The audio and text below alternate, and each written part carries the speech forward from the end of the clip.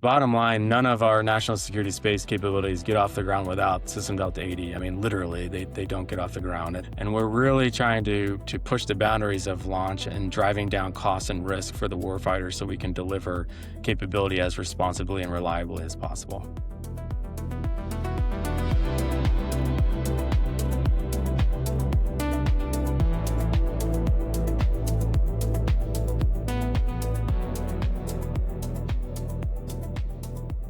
This podcast was recorded prior to the anomaly Blue Origin's New Glenn vehicle experienced on the 28th of May.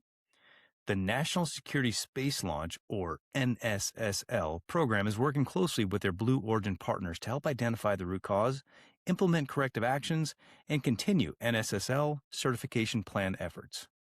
Colonel Heiseroth, thanks for joining us today on the Space Power Podcast. Thanks, Bill. It's a pleasure to be with you today. And sir, you assumed command of System Delta 80 when it formally stood up in October 2025. For listeners who may not be familiar with how Space Systems Command is organized, can you start by explaining what a System Delta is, what System Delta 80 specific mission covers, and why the Space Force created this organizational structure? Yeah, absolutely. That's a question we hear a lot because there's a little confusion out there about what these different named deltas are. But the way I think about it is a System Delta oversees all the aspects of capability development for a specific mission area. Mine is launch, or what we call space access. And it's really, the System Delta is like a one-stop shop under a single colonel level commander, could be a civilian as well. And really they're purpose built to accelerate capability delivery by streamlining decision making and also aligning us with the ops community within our mission area. So within System Delta 80, as I mentioned, our mission area is space access. We have 4 programs under our portfolio. The first one and most well-known is the National Security Space Launch Program, or also known as NSSL. And I'm actually dual-hatted as a program manager for that, so that takes up a lot of my time. And that's when you think of the traditional launch missions, so our larger rockets delivering our most critical payloads to highly complex orbits. That's NSSL. It's the largest program dollar by dollar value in the Space Force. And then we also have the Rocket Systems Launch Program, RSLP. That's our smaller rockets. Those typically delivers test capabilities or prototypes or even targets for programs like the Missile Defense Agency. Then we have the Launch and Test Range System, LTRS. So when you think of all the instrumentation assets at both the eastern and western ranges, our team develops the next generation of capabilities for those ranges. And then finally, a really exciting new area is servicing mobility and logistics, led by Colonel Scott Carsetter in Florida there. So really getting after some next generation capabilities for on-orbit assets. Thank you, sir. Your team manages, as you mentioned, the NSSL program. We've been hearing about the NSSL Phase 3, which introduced something called a dual lane approach with Lane 1 and Lane 2. Can you walk us through what that structure is and why the Space Force designed it this way? Absolutely. Yeah, I think my predecessors who developed this approach really had an innovative idea here. The dual lane approach gets after flexibility while also ensuring mission success for our most critical payload. So lane 1, it allows us to foster competition and in a really rapidly growing launch industry by allowing companies to bid on our less complex and higher risk tolerant missions. And so about this time last year, we added Rocket Lab and Stoke Space as providers. And we're hoping to add a few more here in the very near future. So look for announcements on that soon. And then our Lane 2 missions, those are what you might consider our no-fail missions. Really difficult orbits to achieve, with highly complex requirements, and very rigorous certification processes. And we're working through that right now with Blue Origin, for example, to onboard them as a Lane 2 provider. Thank you for that. The NSSL program made headlines recently when you moved the GPS 3-8 mission from a ULA Vulcan rocket to a SpaceX Falcon 9. But you also moved a future mission from Falcon Heavy back to Vulcan as part of that swap. What does that kind of flexibility look like from your seat? How do you balance the mission assurance with the need to keep multiple providers viable? Yeah, that's a great question, and ultimately, our team's top priority is delivering at the speed of need. And so, for this swap example, well, we had a GPS-3 spacecraft. The last one, number 10, was already in Florida, ready to go. At the time, we were having some issues with the Vulcan vehicle, and our warfighting customers were really demanding that we get this asset on orbit as quickly as possible so they could take advantage of the next generation capabilities like M code that it provides. So our team executed the swap at the beginning of March, and then we were able to turn that in about a month and a half and get the spacecraft on orbit on a Falcon 9. So really, when you consider traditional launch times are more like 2 years, to get that done in a month and a half is really an incredible achievement, and it's the fourth time we've done something like this. So super proud of the team uh, for pulling that off here last week. And I would also, I would like to add that we're still big believers in Vulcan. There's been a lot written about that recently, and we prove that by we're swapping them the USSF 70 mission, so they'll get that in 2028. But we still have a lot of faith in that rocket, and we're going to get back to flight soon. It's got really incredible capabilities that the nation needs, and we need to execute our launch manifest. But the swaps really are all about showing our flexibility and willingness to leverage all the options we have available to get assets on orbit as quickly as possible. And we're looking at doing some more swaps. We're not ready to kind of announce those yet, but we should be more soon. Yes, sir. That's great. And we've had several space systems command leaders on this podcast recently. Colonel Klopstein from System Delta 81, who tests systems, Colonel Ashby from System Delta 88, who buys SATCOM. How does Sys Delta 80 fit into that broader SSC ecosystem? And how do you work with the operational side of the house? The Mhm. folks at Space Launch Delta 30 and 45, or the mission partners like NRO and SDA who depend on your launch services? Yeah, well, launch is a team sport, right? And partnerships are absolutely crucial to everything we do. I mean, I think rockets are really cool and they look awesome when they take off, but they're kind of pointless if there's not a spacecraft on top of them, right? So we're constantly talking to the satellite program offices to see when they're going to be ready to go and make sure they're ready to integrate onto our rockets, and we frankly we pick the right rocket to put them on. So that's a process that my team runs. And there's a lot that goes into selecting the rocket for each satellite. Um, and so we're talking constantly to all the program offices in an SSC and the Space Development Agency, and of course. We talk to National Reconnaissance Office, Office of Space Launch nearly daily, and NASA, and really everyone in the launch business. On the ops side, we're a little bit different in Systems Delta 80, where most of my counterparts are paired directly with a mission delta or multiple mission deltas. We don't have that by name, but we work directly with the 45th and the 30th Space Launch Deltas. Every day, I'm co-located with the 45th Launch Delta down in Florida.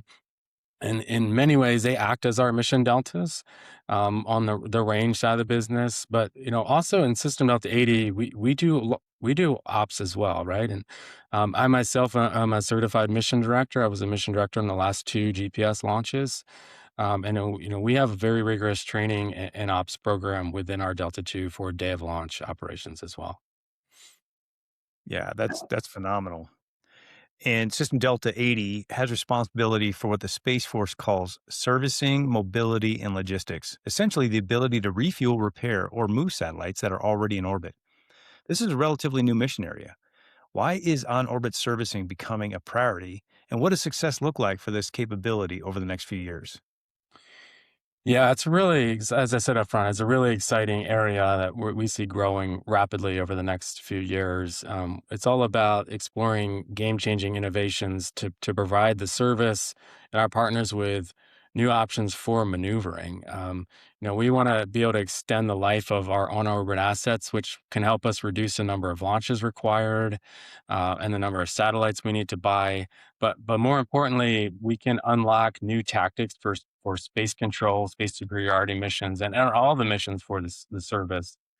So we're no longer constrained by gas tanks. So, you've heard some of my counterparts talk about, like, if you have a fighter aircraft, you want to be able to fly it as one, right? You don't want to be limited on your fuel tank. And so this is something that General Whiting, the U.S. Spacecom commander, has talked at length about many times, and recently he's been talking about uh, the need to develop maneuver warfare strategy for the space domain, just like you've had for centuries on land and the sea, and also, of course, in the air domain. And so this is something that we need to be able to think about in space, but it's something that the technology has held us back. And so we're trying to get after that. And we have two demos coming up. Hopefully, we'll be launching next year. So the first one is for augmented maneuver. We're working with a company called Starfish Space with their Otter satellite. It's able to dock with a larger satellite and provide 2 years of maneuvering services. So if we have a spacecraft that's out of fuel, we can go up and help them move around. We're looking at acquiring a second otter as well, so we'll have two of them. And then we have a demo coming up next year to do on orbit refueling in the geo belt. We're working with a company called Astroscale to deliver a prototype refueler to give us around 6 months of refueling services. And we're always open to new ideas and new technologies. So if there's any companies out there that have other great products or services they want to offer us, please reach out and be happy to take it. Sir, speaking of reaching out, I'm sure there's industry partners that are listening to this, and as you said, uh, until you experience a space launch and a rocket launch, you don't know the excitement that surrounds it because it's really freaking exciting. It is. So, for folks who want to help out, how do they get a hold of you? You can reach out directly to me and our team for a lot of the SML, mobility and logistics team. Reach out directly to that team. They've got a great program with the industry. They meet with them regularly to see what new capabilities are out there. We've got as I mentioned, for new rocket companies. We put out a call every single year to onboard new providers. We're working through that selection right now, and so that the time has passed for this year to onboard. But next fall you can look to see the next on ramp announcement and for the following year. Speaking of on orbit servicing and that becoming a priority, I remember I was at a space power conference a couple years ago talking to the key providers. And I asked them about on orbit refueling. Are there Mhm. standardizations that are going to be let out by the Space Force such that there's going to be standardized docking um, interfaces for refueling and being able to dock to existing assets? Yeah, that's something that's been talked about. Standards for revealing has been talked about for a few years, and there's a couple options out there. To my knowledge, the service is not down selected to a single option, and we're kind of letting industry prove out through testing what would be the best approach. Going kind of best athlete approach, and so we've got some demos coming up, and that may help us decide, what would be the best standard to get after. Yeah, thank you for that. I'm sure everyone's uh, wanting to hear more about, the Space Force kind of defining, hey, here's how we're going to do this in the service, which is obviously going to trickle over to commercial. Yeah, And then the future operating environment that General Saltzman recently put out talks about, hey, we're also going to leverage a lot of commercial capabilities. So your absolutely. strategy of listening to commercial, how they evolve, makes a lot of sense. Yeah, when you take a look at the commercial space strategy, it was defined in there that the commercial industry partners are going to lead the way in this area. So we're really looking to them to see how they get after this really really hard problem. And, sir, as you look ahead, what is the most important thing you want the Space Force Association community to understand about System Delta 80's role in maintaining U.S. strategic advantage in space? Yeah, what I would say, Bill, is bottom line, none of our national security space capabilities get off the ground without System Delta 80. I mean, literally, they don't get off the ground, and we take that responsibility incredibly serious. And our team exists to provide responsive and reliable space access. That's what we do every single day, and we're incredibly proud of our mission and the incredible heritage in the launch business as a whole. And we're really trying to push the boundaries of launch and driving down costs and risk for the warfighter so we can deliver capability as responsibly and reliably as possible.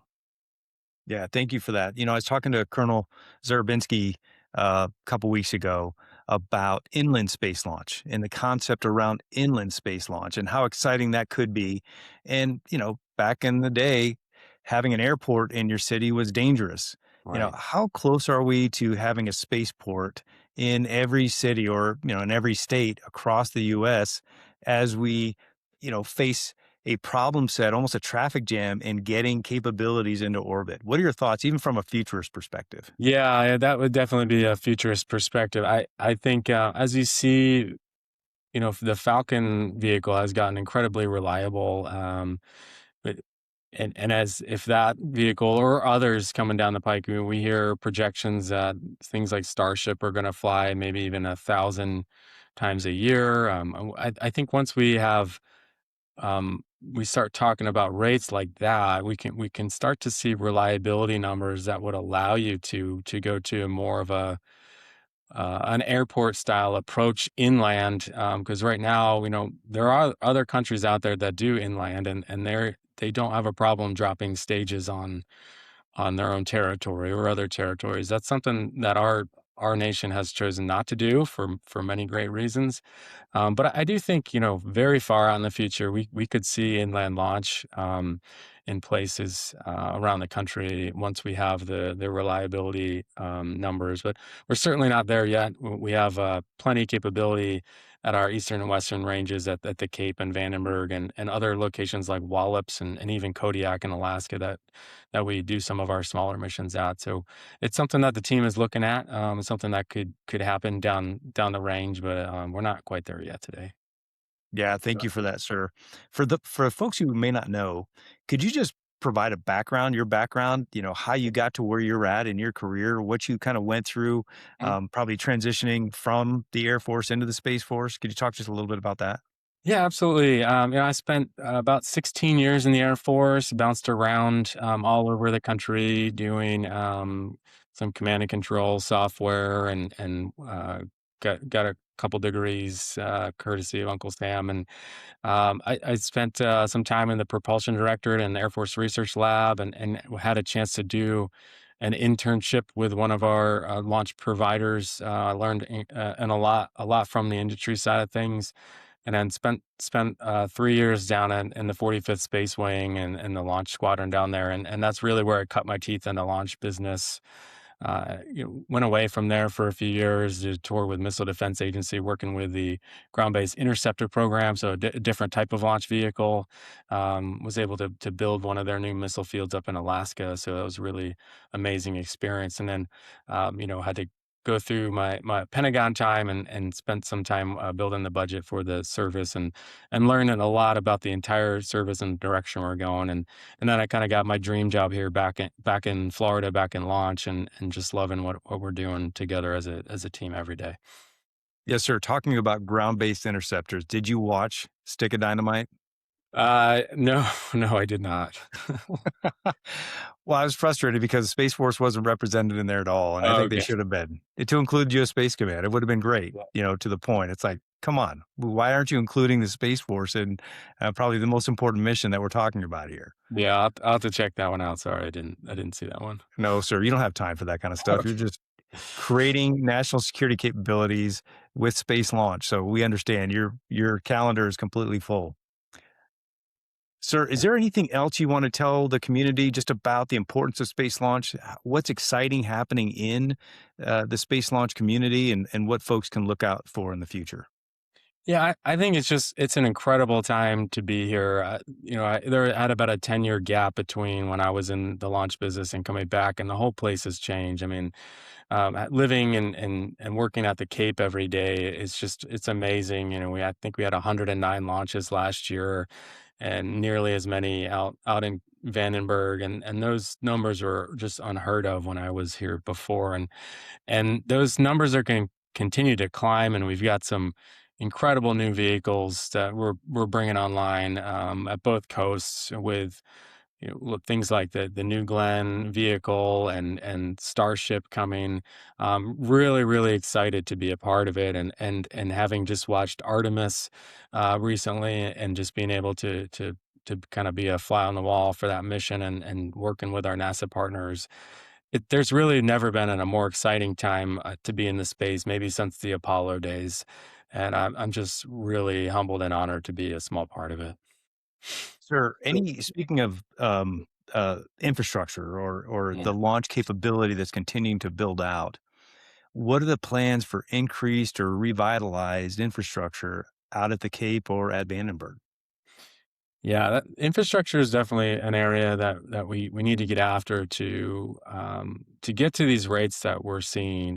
Things like the commodities for fuel, like methane, for some of these bigger rockets.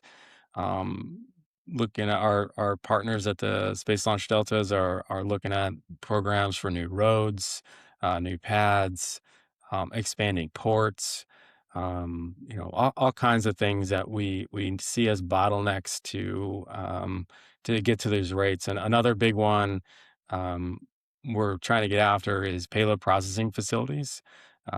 We have projects on both coasts to expand that to give us more processing bays. But we're going to need more to get to the rates that we need. And Congress has been very helpful in giving us some additional funding to get after these projects. But it's something that we're gonna have to, and this is led by the Space Launch Deltas of the 45th and 30th, but I'm there advocating for them side by side, because we can't do our mission if they don't have the infrastructure and the range ready to support our missions. Sir, have you been down to Starbase, Texas? I've been trying for a couple years, and I've had a couple trips canceled at the last minute. So I'm trying really hard to get down there. I know they've got a launch coming up, I think in May for Starship number 12. So really excited to see that, and they're talking about bringing Starship up to Launch Complex 39 on the Cape this year, and so can't wait, can't wait to watch that. And sir, can you talk a little bit about the process by which a launch vehicle gets certified? From Yeah. you see a demonstration and you go, "Hey, that's a cool launch capability," and then they go through a process, and depending on various steps in the process, they either get approval, FAA approval, and you probably either recommend approval or not. So, could you walk through that process just a little bit? Yeah. Going back to our dual lane approach, so for lane one, you don't actually have to be certified. You just need to be able to prove that you have a capable vehicle. So we need at least one launch out of a provider for that, and then we can bring you on and let you compete for missions for lane one. So it's much simpler from that side of things. For lane two, for our really rigorous missions. We're not looking to on ramp anyone else onto our current phase of the acquisition, but a few years down the road, as we talk about what we'll call phase four for NSSL, we may be adjusting that. But for right now, for our three incumbents on lane two. So, for example, Blue Origin's going through the process right now, and what that kind of looks like is we have literally teams of rocket scientists and engineers that work for us here in Space Systems Command that go through every facet of